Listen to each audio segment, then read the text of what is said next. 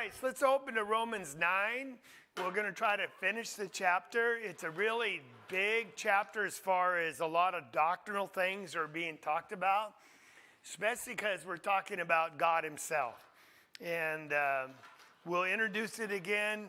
We talked about it last week, and sadly it didn't record, and hopefully it's recording now. It shows like it is? Yeah.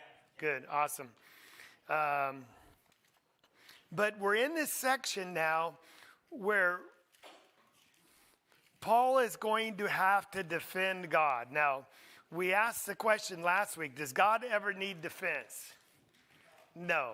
And some call this the vindication of God. Does God have to be vindicated ever to show, not guilty? Well, of course not.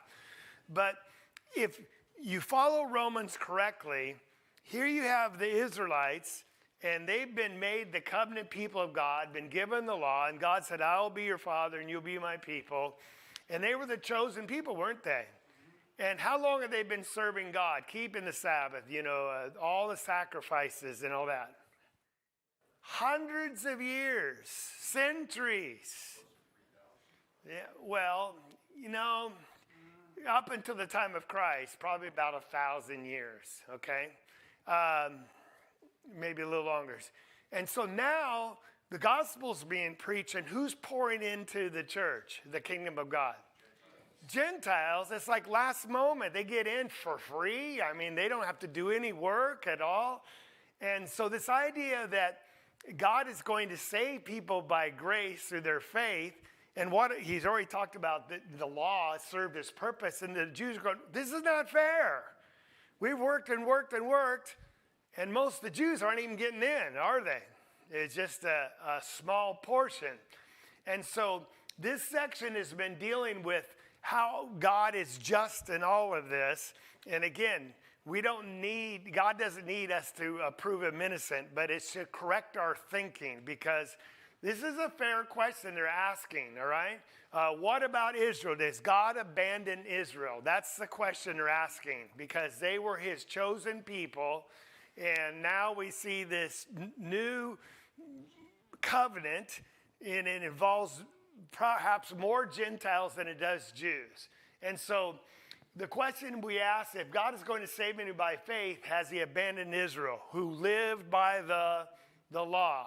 And of course, the answer is going to be, may it never be. But the ultimate answer is verse 15, where we left off last week.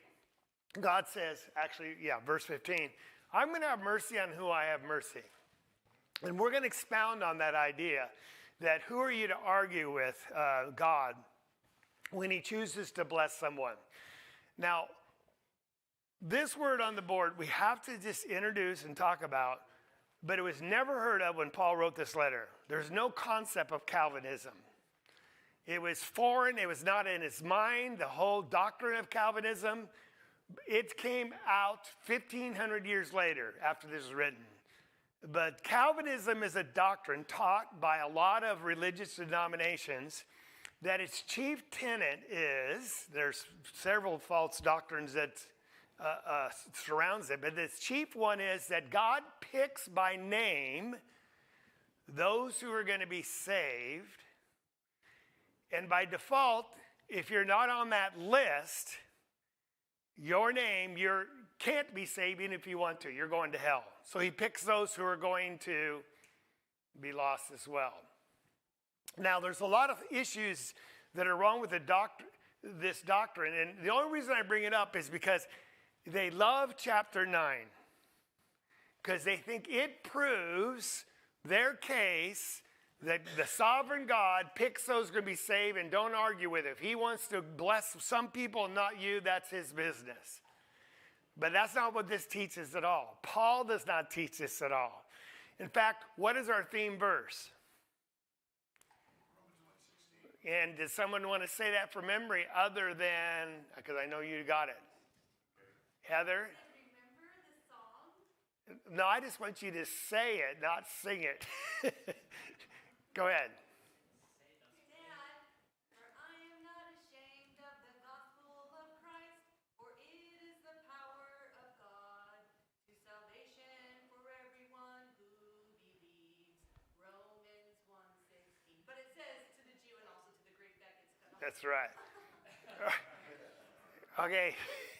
What is key in that verse is the gospel is the power of God and salvation to what? Whoever believes. Now, Paul got it wrong because if Calvinism is correct, he should have said the gospel is the power of God to salvation to those who he has what? Chosen. And if you're not chosen, it doesn't matter what you believe. And so it's a false doctrine. I just have to bring it up because we might address it a little bit every now and then. But we'll have a class on Calvinism some other day. Yes? You can make a good argument, too, to show from Genesis 24, where Abraham sent his servant out to get a wife for Isaac. Yes. And in that opportunity, he said, if you go there, and the servant was saying, well, what if the woman refuses?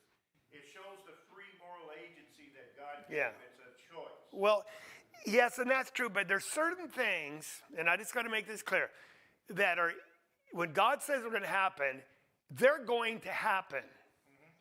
It doesn't matter what you choose or not. It's still going to happen.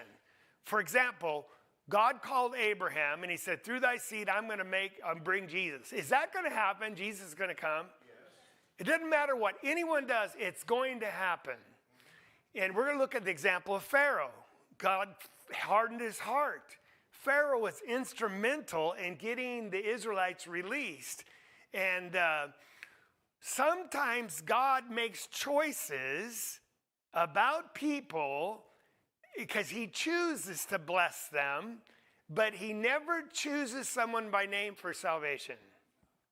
That's the difference. He can choose someone to be the mother of Jesus, right? What did she do to earn that privilege? Nothing. But God chose her. It's going to happen no matter what. Yes. But he never chooses someone by name for salvation. But he makes a lot of choices. Like Paul was, he had chosen an instrument of God. Yeah, it says that in Acts chapter 9. But Paul had to obey Christ by his own faith, right? Okay, yes. Well, that's right, because it says, whosoever believes. In fact, the most famous verse of the Bible, God so loved the world that he gave his only begotten son, that whoever believes, it's a whoever will, kind of proposition. Should not perish but have eternal life. Some will, some won't. But it's a personal choice, isn't it? God never picks by name those who are going to be saved. He does pick by name people that he's going to use to bring about salvation. See the difference? Romans 9 is talking about God picking to save people by faith and not by the law or the chosen people of Israel. And they're maybe having their feelings hurt. I don't know. Yes? Preordained through his son. Right. Okay. So I just got to introduce that. And so we've already identified that not all of Israel is Israel, because remember Abraham had two sons, and people say, we're the lineage of Abraham, we're Israelites. And well, not every child born of Abraham was an Israelite, because we know Ishmael was born before Isaac, but Isaac was what? Called. He was called. All right? And God called him. And he had two sons, Esau and who should the birthright and the lineage fallen through? Esau. But God called Jacob while he was still in the womb. He chose him by name or person. It's going to come through you. And of course, his name was changed to what? And that's where the Israelites come. God does make choices, sometimes by name, but never for personal salvation. Does that make sense, what I'm saying? And so they want to confuse the two, all right? So we look at this. The children of promise really are the true Israel. So when we look at this, we saw Rebekah.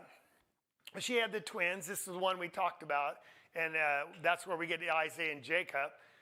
But it was Jacob, and it was all according to what? God's choice, not because of works, anything Jacob did, because he wasn't even born yet, but because of him. Who's the him? God. Who calls? God called Jacob to be one of the fathers of the nation of Israel through whom the Christ be born while he was still in the womb. God called him, all right? So God does make choices, doesn't he? You know, sometimes. Now, when it says this, it was according to his choice, according to McCall. It was said to her, the older will serve the younger. Just as written, Jacob I loved, but Esau I hated. This is in chapter 9. We should read it out of the Bible, so you know I'm not just putting it up there. See in verse 13 or 12? It was said to her, that's Rachel, the older will serve the younger, and that's backwards, right? Should have been the other way around. Just as written, Jacob I loved, but Esau I hated. Do you have a problem with that language? Jacob I loved, but Esau I hated. Now, why would you say loved less? Because he was still blessed. Yes. Jacob went to give him, gifts. Yeah. He wouldn't accept them because he said, I don't need them. Right. Okay, hate sounds like a bad word, but it really means, and I'm glad you said it, it means love less. Because when you look like, what? It's like, why do you hate me? No, I'm giving grace and mercy to your younger brother.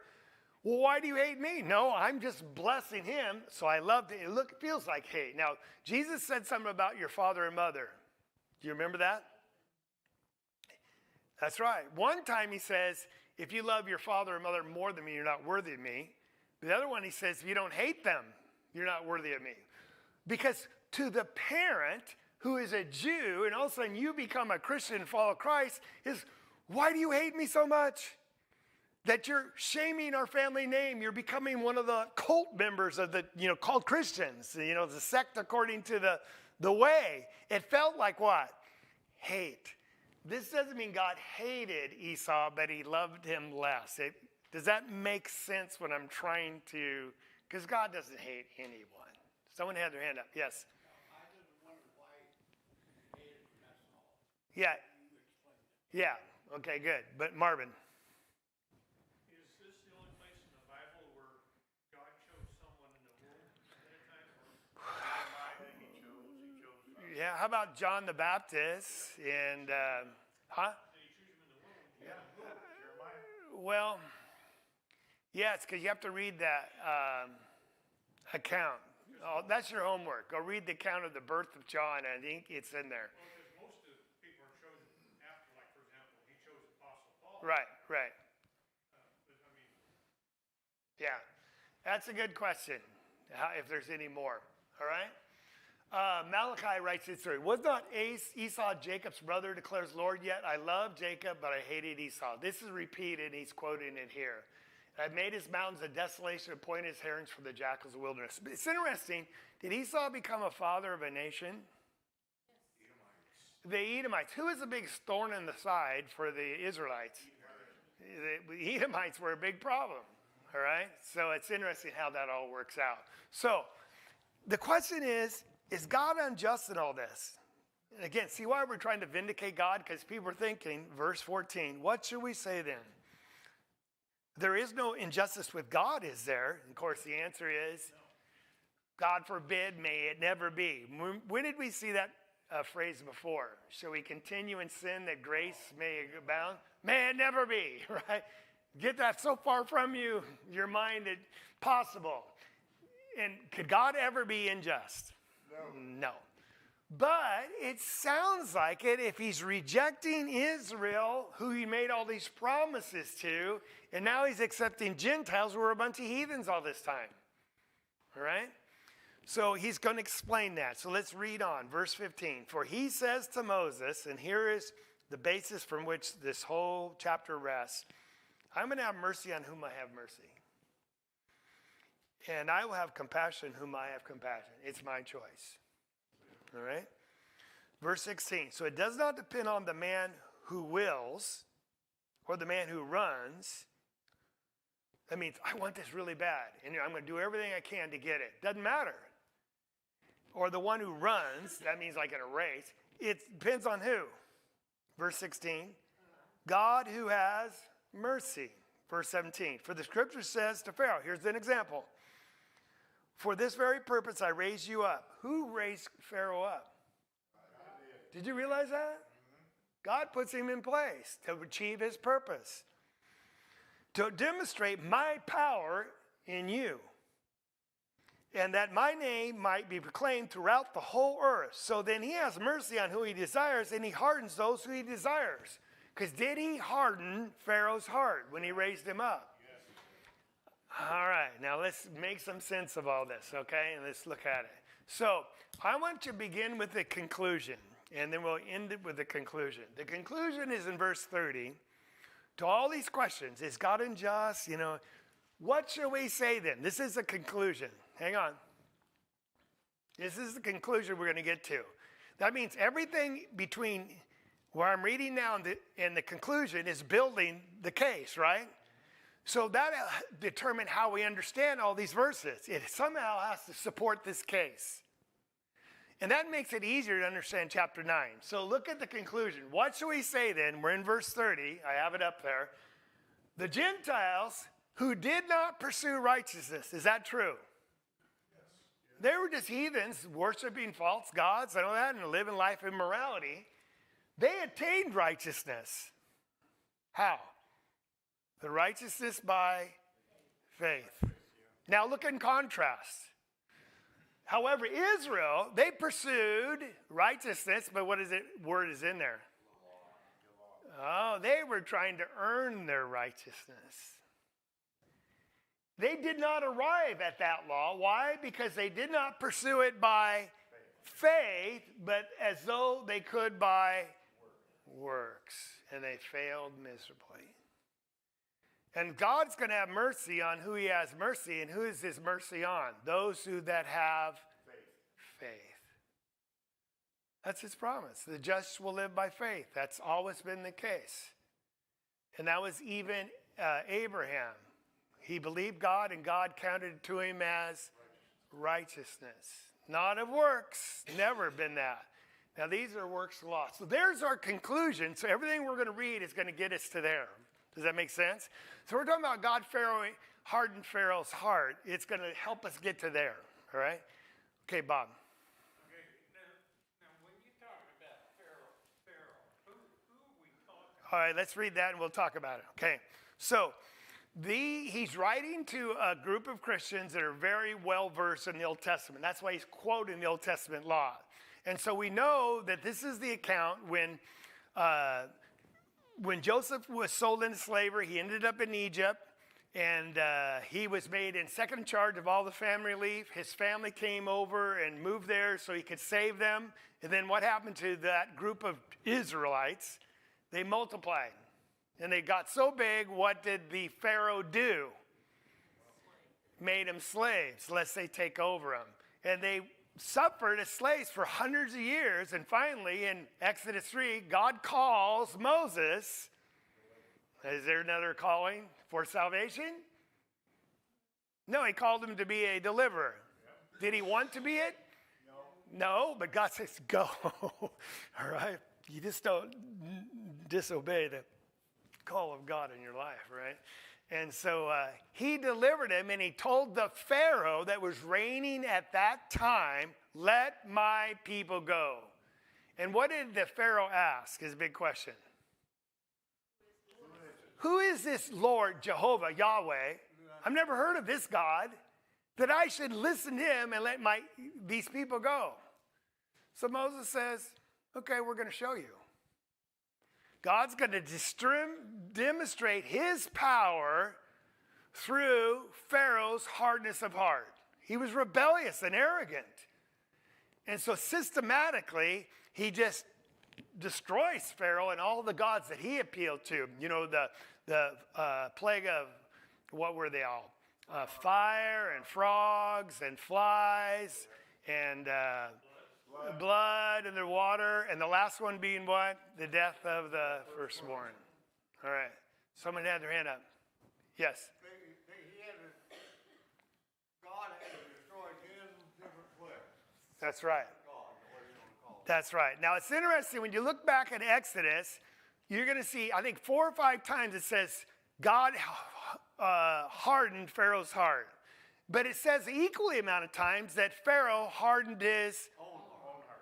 So, because he said, okay, just stop the plague, I'll let him go. But as soon as the plague was gone, he changed his mind. It says he hardened his heart, so I'm not going to let him go.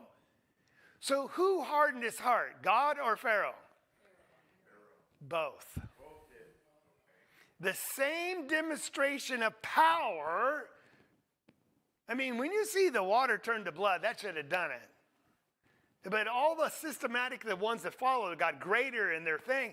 You should, man, this God he is so powerful. I need to bend the knee and just do everything he asks. But the same power will humble one person, but another person who's arrogant and defiant will make their heart even harder. You wonder why some of your family or your friends won't obey Christ, and it seems to get harder and harder. It's because the gospel, it's the love of God will soften one person, but it'll harden another. It's the way it works. But God's doing this. He's going to bring curses on him to demonstrate his power. So he could have mercy on who he wants to have mercy, and he's going to harden those who he wants to harden. Sam, hand up. Not necessarily that God hardened his heart as much as he just allowed Pharaoh to harden his own. Yeah. Well, see, Pharaoh's doing it, but God's doing it by demonstrating his great power, knowing that he's going to be rebellious. See, that's how God's hardening his heart. The same sun that melts butter will harden clay.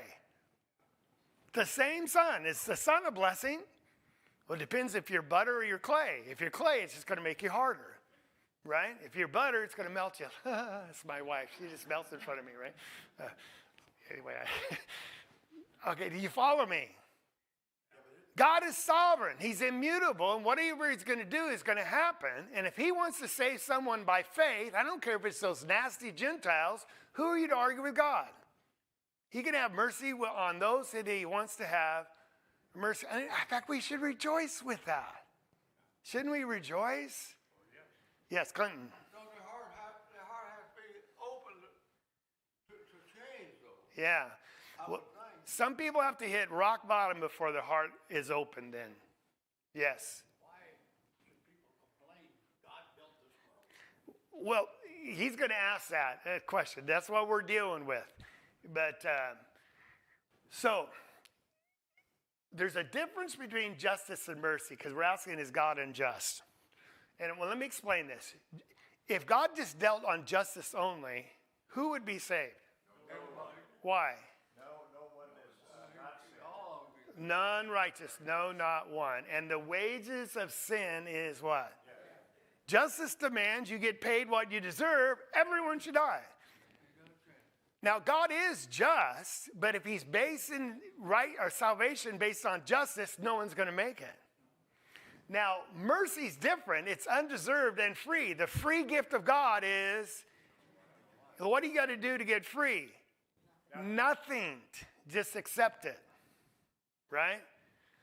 And so God says, okay, I got to be just, so I'll let the wrath that should have fallen on you fall on my son.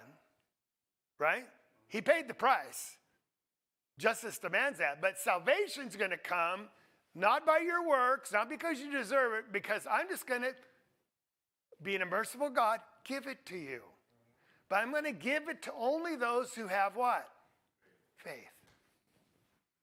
And if that's what he wants to do, who are we to argue with him? There's no injustice here. But that's what they're thinking because the Jews are thinking, you left us out, you abandoned us. In the big picture, who really abandoned who? The Israelites abandoned God. He sent prophet after prophet, repent of your ways, and they just refused to because of their hard heart. That's why he sent them into captivity, and we'll deal with that in just a second. So, verse 14, what should we say then? Is there any injustice with God? That's why I asked the question, Max, because Paul's asking it. And again, may it never be. I'm going to have mercy on whom I have mercy. Okay? When we look at that then, look at this point here.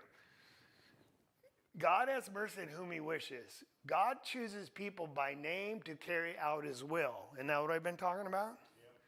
But he never chooses those who will be saved by name. He does choose how he will save, though. He's going to save anyone who what?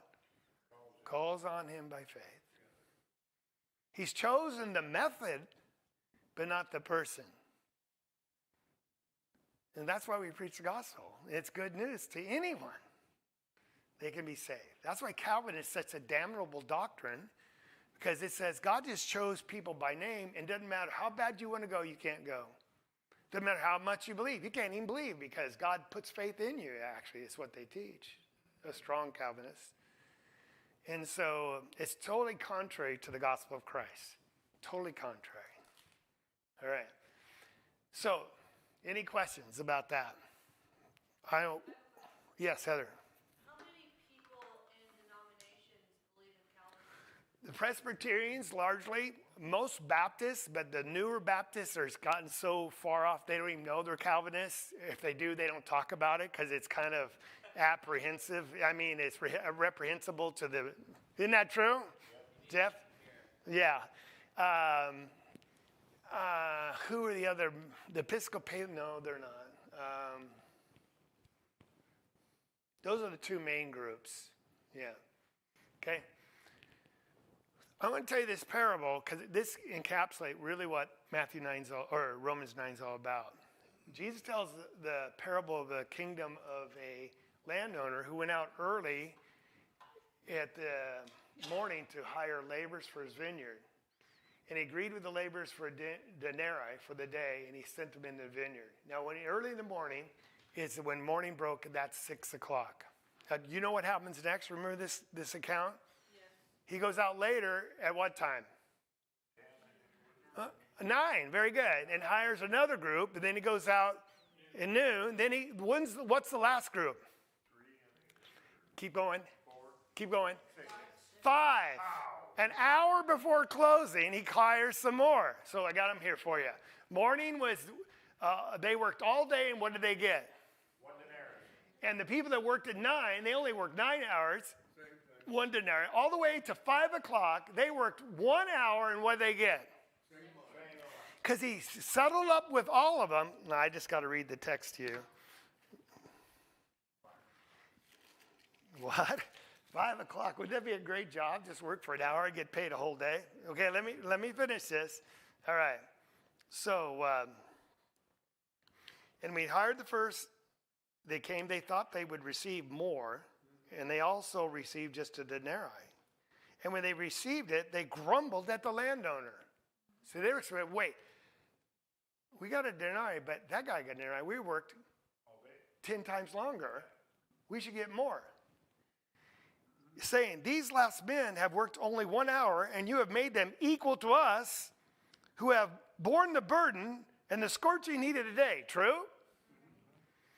But he answered, said to them, friend, I'm doing you no wrong. Get this, is the landowner being just?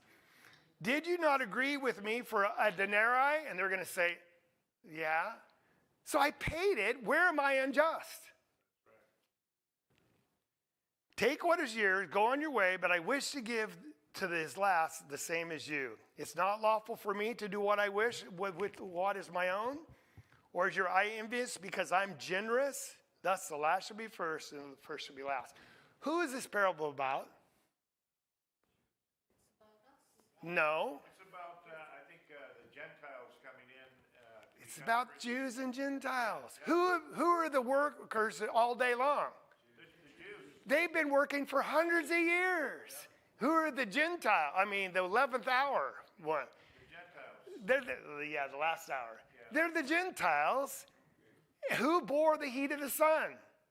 The Jews. That's why I said us, because I'm a Gentile. Oh, okay, you're the last one. Yeah, we're the last one. Thank you. All right. And basically, he's saying God can be merciful and compassionate to who he wants to. You got what you owed, a denarii. So can Jews be saved? Yes. By faith. Can Gentiles be saved? Yes. By faith. And they're jealous. That's what's going on. In Romans 9, he's trying to just stop it. Why are you arguing with God? You got what you deserve. You're saved. You should be rejoicing someone else is saved. Now, I got lots of hands. Who was first? Okay, Max, go ahead. To me, that it's like a person gets baptized and becomes a faithful member in his teens. Yeah? Somebody waits till they're 50 and becomes Yes. the same gift. That would apply as well. That a person on his deathbed becomes a Christian. And I would think that's a fair application, but this is talking about Gentiles coming into the kingdom. That's the primary application. Secondary, you're exactly right. This would apply. All right, but it's primary, he's talking to Jews because he knew they were going to be upset. And that's what Paul's dealing with, Romans 9. Yes, Marvin? All right, anybody else? Yes, Jeff? Oddball? We don't want any oddball connection. If you try to preach the gospel in Jerusalem, for example, Yeah. how they're so quick to dismiss that, and I think they're actually trying to set laws up where you can't be proselytizing that Yeah. in certain areas. How hard they are, they don't want to hear that message and consider it. Yeah. It was tough for Jews to accept Gentiles. It was. And we have to put ourselves in their culture to see why. It's understandable. That's why this is such a beautiful passage. All right. Okay. So when we look at this, look in verse 16. We already read that. It doesn't depend on man, but it depends on God who has mercy. All right. He used Pharaoh. We already did that. We already talked about him. And so here he's going to turn to a potter. Verse 19. You will say to me then, why does he find fault? For who resists his will? On the contrary, who are you, O man, who answers back to God? The thing molded will not say to the molder, why did you make me like this, will it? Or does not the potter have a right over the clay to make from the same lump one a vessel for honorable use and another for a common use? What if God, although willing to demonstrate his wrath and to make his power known, endured with much patience vessels of wrath prepared for destruction? He did it in order that he might make known the riches of his glory upon vessels of mercy, which he prepared before for glory. Even us, whom he called, not from among Jews, but also from among the... Okay, now there's a lot going on here. Let's just break it down. Because what's the conclusion? When it's all summed up? The Gentiles got righteousness because they pursued it by faith. The Jews didn't get it because they pursued it by works, and God chose it by faith, being merciful. So the question here is like, wait, yeah, we killed Jesus, Jews did, and our stubbornness brought it all about. So if you made us this way, why are you finding fault with us? Is that a fair question? Well, one, he didn't make them that way, but it was preordained that they would do it. But how did they get to the state that they could kill Jesus? Because God hardened their heart or they hardened their heart? Both. Remember, it's both. It's already predisposed to being hardened because they're not accepting the will of God. So every time he does another miracle, Jesus, they harden it even more. And say, we got to kill this guy because everyone's going to believe in him. But yet the good-hearted person melts before Jesus like, my Lord and my God. All right? Yes? But Pilate knew for envy they had delivered. He still had a hard heart because he didn't deliver him, didn't he? Or set him free. That's a good verse, so yeah. How would you respond to somebody that the argument that this is limitation of free will by God? This is what? A limitation of free will by God. And that's what I would answer it by going back to what we said. God chooses people to use them to achieve his purpose. And even when they choose to defy God still can use them to achieve his purpose. And it's called foreknowledge. Now, foreknowledge is not predestination. And I use the example, if I have a hungry dog that hasn't eaten for 2 days and I put a steak on the ground and I walk out of the room, what's he going to do? Eat that steak. Am I like, did I force him to do it? No. Was he predestined to do it? No. Or just in my foreknowledge, I knew what that dog was going to do. God is so wise.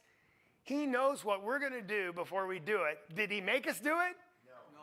I have past knowledge, right? Can I change the past? Just having knowledge? No. God has foreknowledge. He didn't make it happen. He just knows what's going to happen. He said, okay, I'm going to use you then to achieve my purpose. You still have free will, but I'm going to use you wherever you are. Does that answer your question? They all have, Yeah. all of them had free will. Yes. But there was those that were hardened and those Yes. that were That's what's amazing about the sovereignty of God. If you harden your heart and become wicked, okay, you're going to be a vessel of wrath, of destruction. You're storing up wrath for yourself, but I'm still going to use you. I'm still going to, case in example, or a case in point. Israel became so immoral and godless, serving their false god, they killed all the prophets, said, that's it, I'm sending Babylon to take you into captivity. Nebuchadnezzar is the wickedest, immoral man that God could find, because it took that kind of guy to do what he did to these Jews. Then, after he's done with that, he dealt with Nebuchadnezzar. Yeah. But God used him in his wickedness, because I need someone to punish my people. Then he punishes Nebuchadnezzar. He didn't get away with anything, but he'll use him in his wickedness. Now you're talking about something that is beyond my pay grade. But it is possible. It is possible. All right. So, yes. Super quick.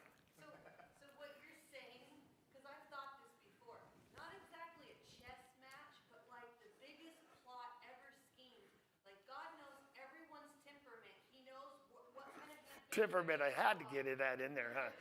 He knows what kind of Yeah. salary that family is going to have. He Yeah. knows what country they're going to be in, whether it's rural, urban, Yeah. whatever. And he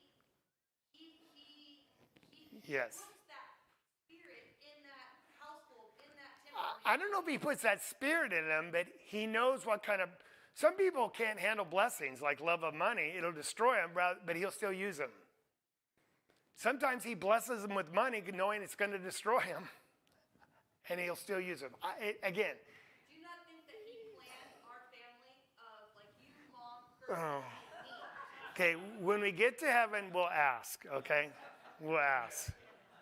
He doesn't tell us there. That's a great question. But God is sovereign. When he determines something, it's going to happen. And the only thing he has not made a decision is who's going to go to heaven by name. He knows who's going to heaven. That's foreknowledge. Yeah, but because you chose to, though. That's foreknowledge. He didn't make it happen. He just knew you would. Find some comfort in that, too. Actually, Marvin, then Esther first. Go ahead. Well, in his infinite wisdom, before any one of us were born, he already knows what is the outcome of our life is going to be. I believe so. But he didn't do that to us. That's why I love the idea that he made us a free moral agent. Yes, that's right. Because we could be the worst, I could be the worst woman, but then something in my brain and my heart hits me, and then I thought, whoa, Yep. praise the God. And he knows already that. Who's the example of that in the New Testament? I.e., the worst sin in the world. He takes the title. Did he become the greatest advocate for Christ? Yeah. Yeah, it could happen. You're right. Marvin. I got to finish, so you guys are staying until I'm done. Yes. Off of that, it looks like to me what we're learning is whoever he chooses, they fulfilled his will. That's right. And the case being like we just talked about Apostle Paul, but the other one is that didn't want it to be Jonah. Yeah. Jonah did not want it to do what he wanted to do, and yet he fulfilled the will of God. That's right. So, could all the Jews bow down before Christ and become Christians and never killed him? Yeah. In theory, could that have happened? Yes. No, And my answer is no, because God in his foreknowledge knew what they were going to do, and they were going to be hard-hearted. So in theory, you could say yes, but no, it's not going to happen. Well, Or that means Jesus wouldn't have died, and there would be no salvation. well, again, in theory, you could say yes, but God. It's not going to happen, Yeah, well, because he knows. It's like God again says, I will have mercy upon whom I will have mercy. Yeah. And look what he did with regards to Enoch and Elijah. Yeah. He chose to take them. That's his sovereign Right. right to do whatever he chooses. And that's what he's saying here, because God is like the master potter, and he can make one clay into a beautiful vessel to drink something nice out, and another one just a pot you put sewer in, right? Out of the same lump. All right? He can have mercy on who he wants to have mercy. Like, that's why he chose Abraham. What did Abraham do to become the father of a multitude of nations? Nothing. But God had mercy on him. Blessed him. And so who are we to argue with God, my lot in life? And maybe we need to stop right here, because there's a lot of whiners in the world today. And they whine about their lot in life, lack of money, or they're too much. No, I haven't heard anybody whine about that, too much money. Their education, who they're married to, all their problems. You just would tell God, why did you make me the way you made me? Now, sometimes it's my choices, right? There's consequence for my choices. But sometimes, if you're in Africa, I don't care what choice you make, you're going to have a rough life, right? And who are you to whine to God? We're blessed by being here, but that person in Africa can still go to heaven. That's the biggest blessing in the world. Amen. Who cares about his lot in life? So that'd be a sermon for some other time, right? I'll skip that because he's borrowing this from Jeremiah. Yeah, I'll just look real quickly. Because Jeremiah is talking to Israel this way. I might speak concerning a nation or concerning the king to uproot it, to tear it down, or destroy it. If that nation against which I have spoken turns from evil, I will what? Oh, there's that free will again. Okay? At another moment, I might speak concerning a nation to build it up or plant it. If it does evil in my sight by not obeying my voice, then I will relent, change my mind about the good, which I'll do, to bless it, but then I'll destroy it. And that's why he's talking to Judah and Jerusalem. I'm forming a disaster against you and devising a plan against you. Now turn back, each of you, from his evil way and correct your ways and your deeds. But they said, it's hopeless. We're going to follow our own plans. Each will persist in the stubbornness of his evil heart. Did they have a chance to turn? Yes. They chose not to, and that brought on God's destruction. Now this is important because that's what he's saying here. One vessel will be for honorable use. God can demonstrate his wrath and make his power known, endured with much patience, vessels of wrath prepared for destruction. That's the Jews. They were so despicable, he said, I'm going to use you to kill my son, because that brings about salvation to all, but then I'm going to destroy you, 70 AD. And who you'd argue with him? You had a chance to become a Christian, and they still did. All the faithful Israel did. So let's talk about this.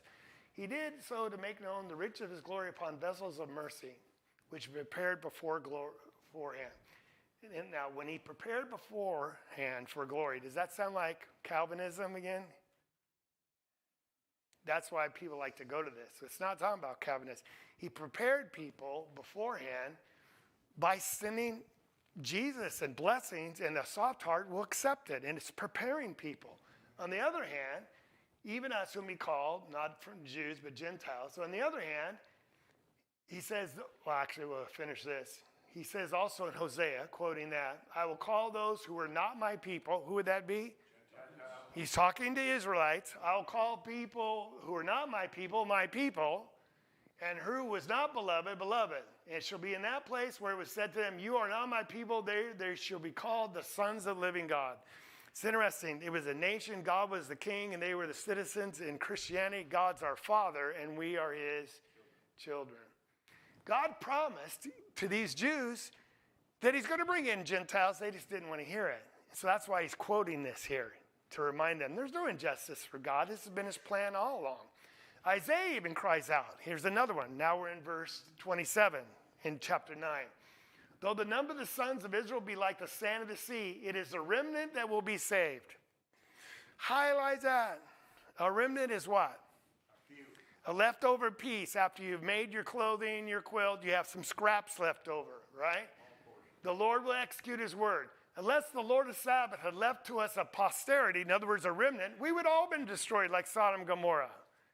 Because it was thrashing was thorough, first by the Assyrians, then the Nebuchadnezzar, then finally by the Roman Empire. Here is Israel. I don't care how many people there are. Here's true Israel. Who are they?